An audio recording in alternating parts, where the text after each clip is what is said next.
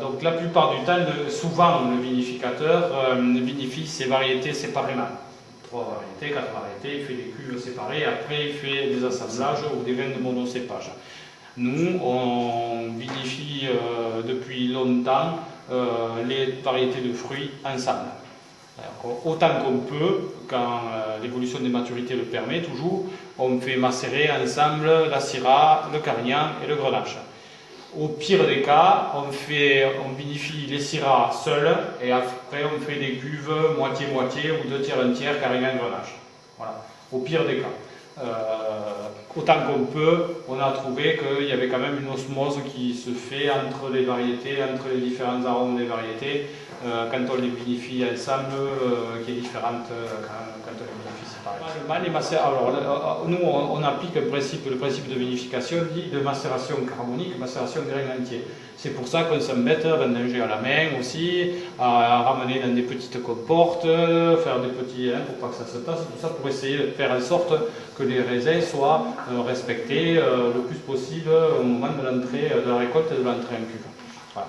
Donc la macération carbonique, c'est un principe de macération court. On est de l'ordre, ça peut aller de 9 jours à 14-15 jours de macération, grand maximum, alors qu'en traditionnel, on est en moyenne autour de 20 macérations traditionnelles. Donc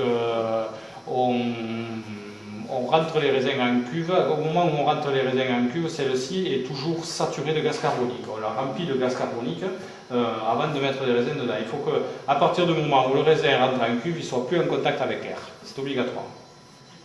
Par contre, c'est un principe de macération qui implique une grosse élévation, une élévation importante et rapide en température. Donc au moment de la récolte, on a au milieu de la cave ici une petite cuve en fibre de verre qui a un volume d'une vingtaine d'hectos et dans laquelle on a des perches chauffantes électriques et on tire du jus très rapidement. On ensemence un petit peu avec des levures pour activer, pour pousser tout ça. On tire du jus dans cette cuve et on le chauffe. On l'amène à 28-30 degrés à peu près. Sachant que quand on récolte, nous, donc c'est tard dans la saison, il fait froid. On rentre rarement de la vendange qui fait plus de 17 ou 18 degrés. C'est rare. Surtout le matin. Les fruits des nuits commencent à être fraîches à ce moment-là, à cette période-là. Donc quand on a du beau temps, après dans la journée, le raisin rentre autour de 20 degrés, mais voilà, une moyenne de 18 degrés à peu près.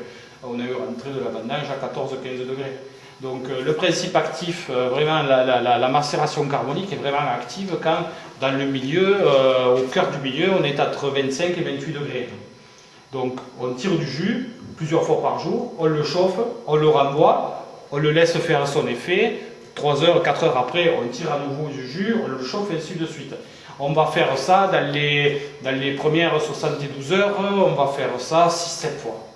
6-7 fois. Et après, par contre, le principe démarre très vite, c'est tout simple, le principe démarre très vite, mais on arrive rapidement, au bout de 3-4 jours, on arrive à la température optimale. Après, on n'y touche plus. On n'y touche plus. Nous, quand on voit que le jus, quand on le tire, est déjà autour de 24-25 degrés, on arrête de chauffer après. Parce qu'après, par contre, il ne faut pas arriver à la dérive extrême, arriver à avoir des excès de température, parce que là, pour refroidir, nous, on n'a pas de système de groupe de froid, et on serait un petit peu plus embêté pour le refroidir.